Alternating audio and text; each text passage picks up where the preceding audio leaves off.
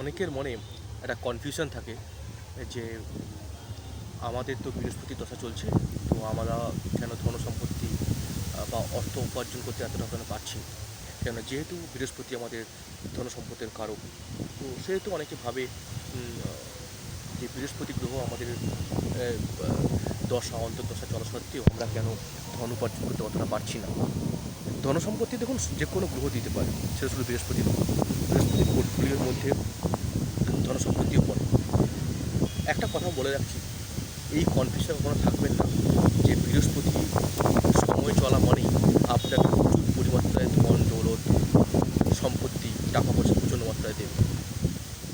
বৃহস্পতি যখন অ্যাক্টিভেট হবে তখন আপনাকে একটা জিনিস সম্পূর্ণ মাত্রায় দেবে, তা হলো আপনার সারাউন্ডিং, আপনার নেটওয়ার্ক প্রচণ্ড মাত্রায় বাড়িয়ে দেবে।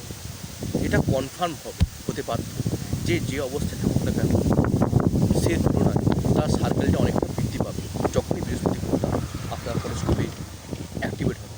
সেটা দশা হতে পারে, অন্তর্দশা হতে পারে, বা কোনো জায়গায় কোনো ট্রানজিটের সময় হতে পারে, যে কোনো সময় হতে পারে। যখনই দেখবেন আপনার বৃহস্পতি গ্রহটা অ্যাক্টিভেট হবে তখন দেখবেন আপনার নেটওয়ার্ক সার্কেলে আপনার একটা মানে কোথাও একটাকে বৃদ্ধি পাবে। আপনার একটা সিম্পল একটা উদাহরণ দিচ্ছি, যাদের দেখবেন হরোস্কোপে একাদশ স্থানে বৃহস্পতি অবস্থান করে, দেখবেন তাদের ছোটোবেলা থেকে সার্কেল অনেক বড়, তাকে সবাই চেনে,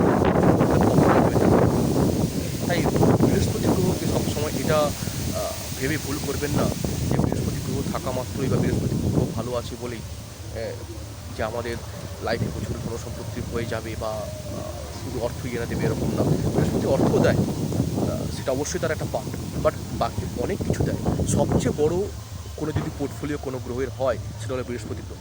এবং সবচেয়ে অন্য কোনো গ্রহের নেগেটিভ হওয়া সত্ত্বেও সবাইকে প্রোটেক্ট করতে পারে, মানে আপনার লাইফকে প্রোটেক্ট করতে পারে, বা আপনার লাইফে অনেক গার্ডের মতো সাথে একটা হেল্প করতে পারে, সেটা হলো একমাত্র বৃহস্পতি।